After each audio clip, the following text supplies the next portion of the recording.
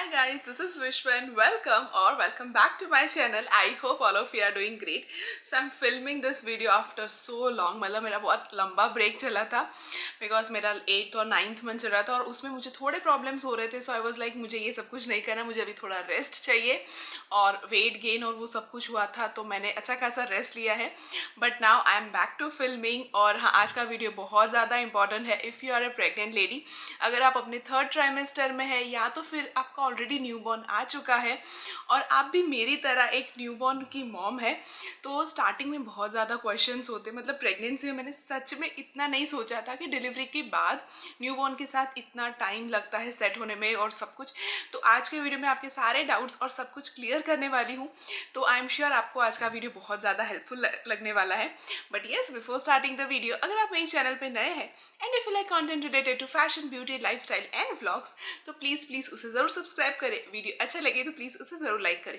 So without wasting any more time, let's get started. तो मैंने कुछ पॉइंट्स यहाँ पे नोट डाउन किए हैं कि मुझे जो बहुत ज़्यादा इंपॉर्टेंट पॉइंट्स लगे थे और जो बहुत मैटर करते हैं. और इसमें से 2-3 पॉइंट्स तो ऐसे है कि मुझे लाइक बेबी आने के बाद मुझे बहुत सारी चीज़ें पता चली. मैंने उसके पहले इतना कुछ रिसर्च नहीं किया था या इतना कुछ ध्यान नहीं दिया था. तो मैंने सोचा अगर आपके साथ भी अगर ऐसा कुछ हो तो मैं आपको ये सारी इन्फॉर्मेशन आगे लाइक पहले ही बता सकती हूँ. तो पहले हम लोग बात करेंगे डिलीवरी के टाइम के बारे में. तो पेन इंडक्शन वो क्या है, उसकी प्रोसेस क्या है, मैं उसके बारे में थोड़ा समझा दूंगी. फिर हम लोग बात करेंगे सी सेक्शन के बारे में. देन ब्रेस्ट फीडिंग के बारे में हम लोग बात करने वाले हैं and what is post partum depression. तो ये सारी चीज़ें मैं आज की वीडियो में आपके साथ कवर करने वाली हूँ. तो आफ्टर डिलीवरी मेरी स्किन टेक्सचर थोड़ा डल हो गया था. इवन जो ग्लो था वो सब कुछ चला गया क्योंकि रात की नींद नहीं हो रही है, खाना पीना भी सब कुछ अच्छा है, बट हाँ स्किन बहुत ज़्यादा डल हो गई थी. तो मुझे कुछ ऐसे प्रोडक्ट्स ट्राई करने थे जिसके ऊपर मैं ट्रस्ट कर सकती हूँ और जो मैंने ऑलरेडी पहले ट्राई कर चुके हैं. तो मैं बात कर रही हूँ फॉक्सटेल्स की. तो उनका जो ये फेस वॉश है ये मैं ट्राई कर रही हूँ और उनका ये मॉइस्चराइज़र है ये एक्चुअली मैंने पहले ट्राई कर चुकी है. लाइक दोनों प्रोडक्ट्स मैं ट्राई कर चुकी हूँ. उनका जो प्रीवियस पैकेजिंग और प्रीवियस था ना, तो उन्होंने मुझे PR भेजा था तो मैंने ट्राई किया, मुझे जेन्युइनली इतना ज़्यादा पसंद आया था. So I am again using this 2 products. तो सबसे पहले हम लोग बात करते हैं उनके फेस वॉश की. This is very gentle on our skin और इसके अंदर है निएसिनामाइड और कैमोमाइल एक्सट्रैक्ट, जिससे क्या होता है आपकी स्किन अच्छे से एक्सफोलिएट होती है. डलनेस या ऐसा कुछ भी आपके फेस के ऊपर है वो इम्प्रूव होता है. साथ में आपका स्किन का टेक्सचर भी अच्छे से इम्प्रूव होता है. साथ में this is gel based face wash. तो ये बहुत ज़्यादा अफोर्डेबल है. ऑयली स्किन है ना अगर आपकी, तो आपको ये वाला फेस वॉश यूज़ करने के बाद इतना ज़्यादा डिफरेंस दिखेगा और आपको सच में बहुत ज़्यादा मज़ा आएगा. तो मेरी ऑयली स्किन है तो मैं बहुत कम एक्सपेरिमेंट करती हूँ with face wash and specially with the moisturisers.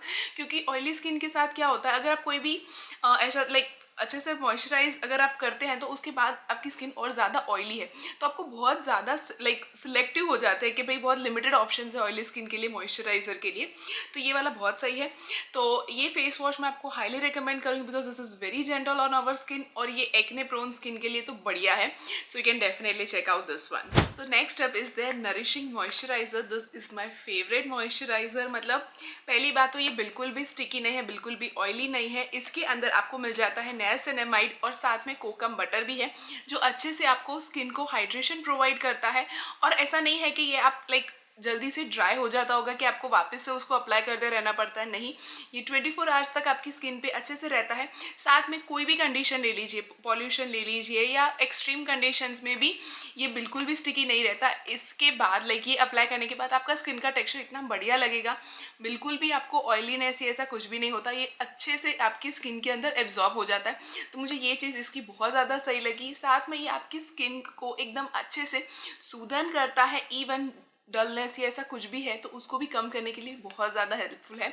तो आई तो trust this product a lot क्योंकि ये मतलब लगाने के बाद मैं 2 मिनट के लिए वेट करती हूँ and I am like wow इतना सॉफ्ट टेक्सचर लग रहा है मुझे स्किन का.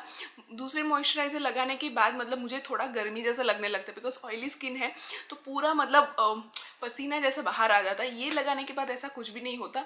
तो इसीलिए I highly recommend this moisturiser. मतलब ये दोनों प्रोडक्ट्स आप सच में अगर आपको एक अच्छा मॉइस्चराइजर या फेस वॉश है ना, आप आंख बंद करके इन पे ट्राई कर सकते बिकॉज दे आर ग्रेट. तो चलो अभी हम लोग मेन टॉपिक पे जाते हैं. तो सबसे पहले हम लोग बात करते हैं पेन इंडक्शन या पेन इंड्यूस की बारे लाइक इंड्यूस जो करते हैं उसके बारे में. तो मेरे साथ क्या हुआ था कि मेरा 1 वीक बाकी था. अभी मुझे उन्होंने डेट दी थी 16th of July, but 1 week पहले ही मैं डॉक्टर को कंसल्ट किया और बेबी का वेट थोड़ा ज़्यादा बता रहा था सोनोग्राफी में, it was around 3.9। So doctor ने बोला कि अगर हम लोग और 1 वीक वेट करेंगे तो बेबी का वेट 4 के ऊपर चला जाएगा, तो हम लोग नॉर्मल डिलीवरी के लिए ट्राई नहीं कर सकते। तो फिर मैंने बोला ठीक है, अगर हम लोग पेन इंड्यूस करने के लिए जाएंगे तो there are chances of normal delivery, तो फिर मैं पेन इंड्यूस करने के लिए रेडी हूँ। So I got admitted the next day. तो उन्होंने मुझे पेन इंड्यूस किया। हाँ, उसके पहले मैं बता दूँ, सोनोग्राफी में आपको जो भी वेट दिखा रहे हैं ना, उससे आप 4-5 400-500 ग्राम कम ही समझ के चलिए, क्योंकि डिलीवरी के टाइम पे मेरे बेबी का वेट 3.3 kgs था और जो सोनोग्राफी में 3.9 दिखा रहा था। So there is vast difference. तो पेन इंडक्शन की अगर हम लोग बात करते हैं तो वो लोग 12 आवर्स के लिए आपको मेडिकेशन देंगे। उसमें बहुत सारे डिफरेंट वेज होते हैं पेन इंड्यूस करने के लिए। तो मुझे उन्होंने मेडिसिन दी थी, वो कुछ हार्मोनल टेबलेट थी। तो उन्होंने मुझे 3 डोज दिए, लाइक फर्स्ट डोज दिया, उसके बाद उन्होंने मतलब CTG करते हैं जिससे बेबी की हार्ट रेट मॉनिटर होती है। तो हार्ट रेट फर्स्ट डोज के बाद इट वाज ओके, और फिर उन्होंने एग्जामिन किया तो जो सर्विक्स ओपनिंग होता है वो बिल्कुल नहीं हुआ था। तो उन्होंने मुझे सेकेंड डोज दिया। सेकेंड डोज देने के बाद भी सर्विक्स ओपन नहीं हुआ, वो सिर्फ थोड़ा लूज हुआ था। Then they gave me third dose. Like ये मेडिसिन जो है ना, वो पेन इंड्यूस जो करते हैं ना, वो 12 घंटे तक रहता है। उसके बाद वो लोग और कुछ नहीं करते, सीधा डिसाइड कर लेते कि भैया अभी C-सेक्शन के लिए जाना ही पड़ेगा। तो मेरे 12 आवर्स इतने हो गए थे। थर्ड डोज के बाद भी मेरा जो सर्विक्स है वो ओपन नहीं हुआ था, सिर्फ सॉफ्टन हुआ था। तो फोर्थ डोज लेने का कोई मतलब नहीं था, और बेबी का जो हार्ट रेट था वो थोड़ा फ्लक्चुएट हो रहा था। तो हमने रिस्क नहीं लिया। वी टुक द डिसीजन कि अभी हम लोग C-सेक्शन के लिए जाएंगे।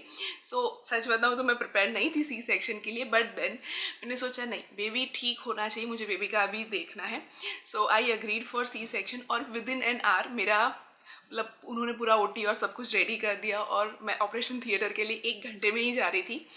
तो सब कुछ अच्छे से हुआ। इवन मैं इतनी ज़्यादा स्ट्रॉन्ग रही कि मुझे ऑपरेशन थिएटर में कुछ डर नहीं लगा, कुछ भी नहीं।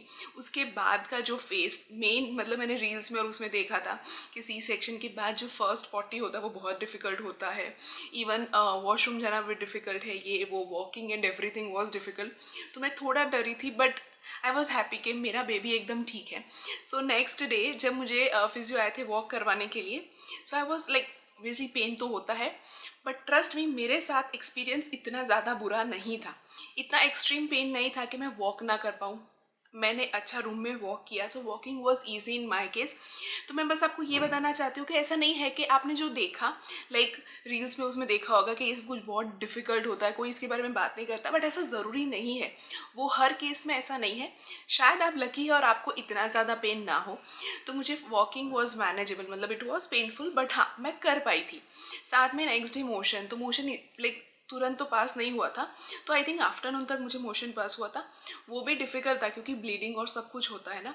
तो लाइक टॉयलेट सीट पर बैठना, लाइक उसकी हाइट थोड़ी छोटी है, तो after surgery it is very difficult to sit on that height, but yeah it was manageable. इतना एक्सट्रीम पेन नहीं था। मैं सच बताऊँ ना, मैं बहुत सारे वीडियोस देखी, इतना डर गई थी कि यार अगर C-सेक्शन कर लिया और इतना पेन मैं कैसे टॉलरेट करूँगी, कैसे सब मैनेज होगा। बट लकीली इतना ज़्यादा एक्सट्रीम नहीं होता है, बस आपको पॉजिटिव रहना है, वो सब कुछ ईजीली हो जाएगा। सो वो भी मोशन और वो सब कुछ मेरा लाइक हो गया था। थर्ड फोर्थ डे पे आई वॉज मच बेटर, मैं बहुत अच्छी कंडीशन में थी। तो मतलब C-सेक्शन के बाद ऐसा ज़रूर नहीं है कि आपको बहुत ज़्यादा प्रॉब्लम होगी। तो ये इंडक्शन और C-सेक्शन का ब्रीफ था, वो मैंने आपको बता दिया। उसके बाद सीधा हम लोग नहीं, हाँ मैंने पोस्ट C-सेक्शन केयर भी आपको बता दी।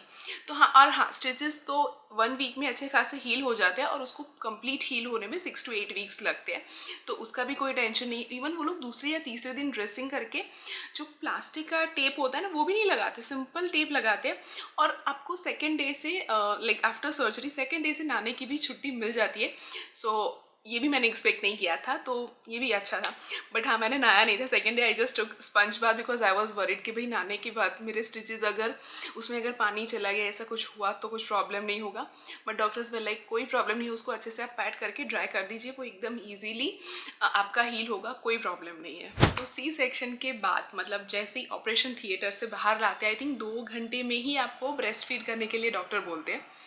So after surgery and after all this, you have to go for breastfeeding.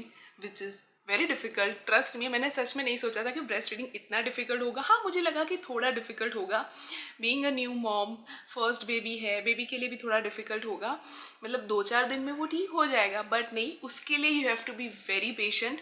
तो फर्स्ट डे पे तो मतलब मिल्क आना ही बहुत मुश्किल है। सो डॉक्टर्स आर सेइंग कि फर्स्ट डे 5 ml तक भी दूध आ जाए तो भी बेबी के लिए इनफ है। So it was very difficult, मतलब इतना एक्सप्रेस करके हम लोग ने पंप करके सब कुछ किया, तब मुश्किल से थोड़ा मिल्क आया तो वो बेबी को दिया। So first day was manageable.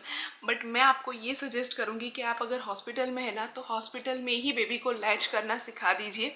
घर आने के बाद it will be very difficult.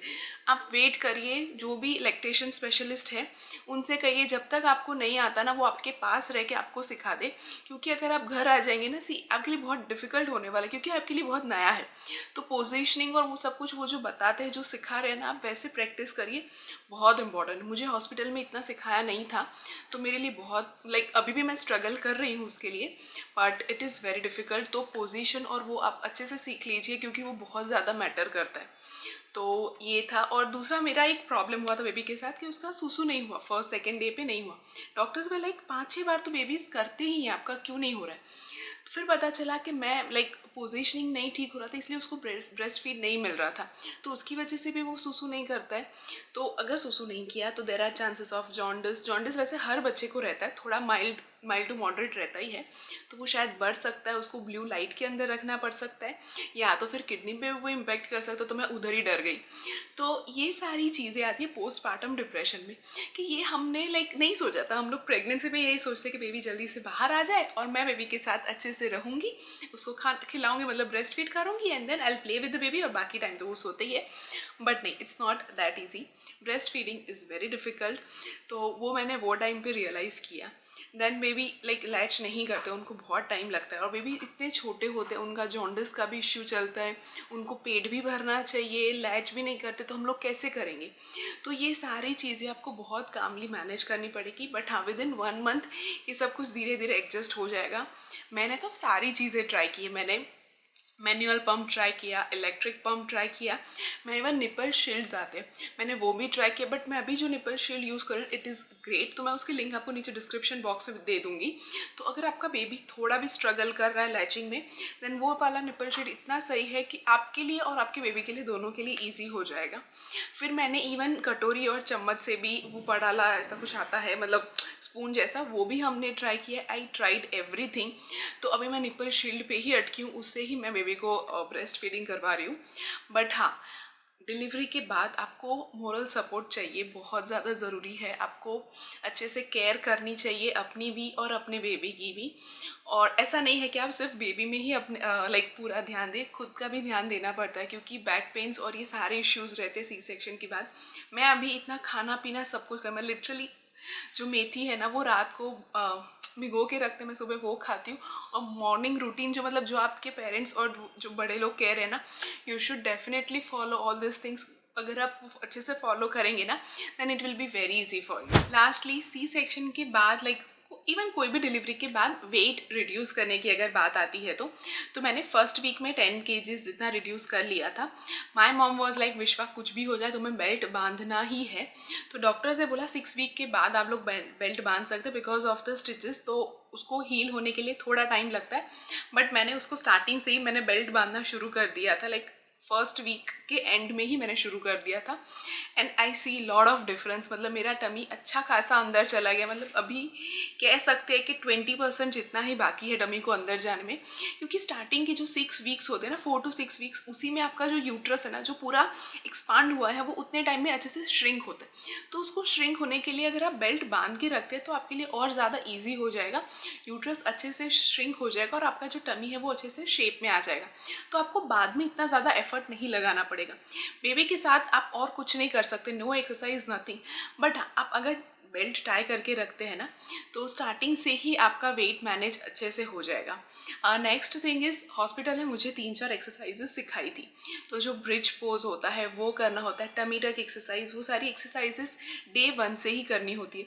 तो अगर आप वो सारी एक्सरसाइजेस करेंगे ना, तो आपको बैक पेन का भी इश्यू नहीं होगा और आपके लिए मूवमेंट्स और सब कुछ बहुत ज़्यादा ईजी हो जाएगा। साथ में ब्रीदिंग एक्सरसाइजेस करनी चाहिए, ताकि आपके जो एब्डोमिनल मसल्स पे जो इम्पैक्ट हुआ है, कट हुआ है, लिटरली 7 लेयर्स कट होते हैं, तो वो भी आपके अच्छे से मतलब स्ट्रेंथन हो जाएंगे और ब्रीदिंग आपके लिए डिफिकल्ट नहीं होगा। कोर मसल्स पे आपको ज़्यादा फोकस करना है, तो bridge pose is very good for core muscles. तो इनिशियली आप सिर्फ ब्रिज पोज करिए, उसके बाद आप कोर स्ट्रेंथनिंग पे जा सकते हैं। तो आई सजेस्ट कि आप ये 2-3 एक्सरसाइजेस है ना, उस पर भी अच्छा खासा कॉन्सेंट्रेट करिए फ्रॉम डे 1 और डे 2 इटसेल्फ। तो इससे you will see lot of difference in your body, like जो बहुत ज़्यादा ज़रूरी है हमारे लिए। सो आई थिंक मैंने ये सारी चीज़ें कवर कर ली है जो मुझे बहुत ज़्यादा इंपॉर्टेंट लग रही थी। लेट मी नो अगर आपको इसके अलावा कोई डाउट्स है, लाइक कुछ भी है, आप मुझे कमेंट करके ज़रूर बता सकते हैं। एंड आई होप मैंने आपको अच्छे से एक्सप्लेन किया हो और ये वीडियो आपके लिए थोड़ा भी यूज़फुल हो और हेल्पफुल रहा हो, तो प्लीज़ उसे ज़रूर लाइक करिएगा। So yeah that's it for this video. I hope आपने ये वीडियो अच्छे से एंजॉय किया हो। Then see you all in my next video. Till then bye bye, take care. खत्म। Bye bye, tata, good bye, गया।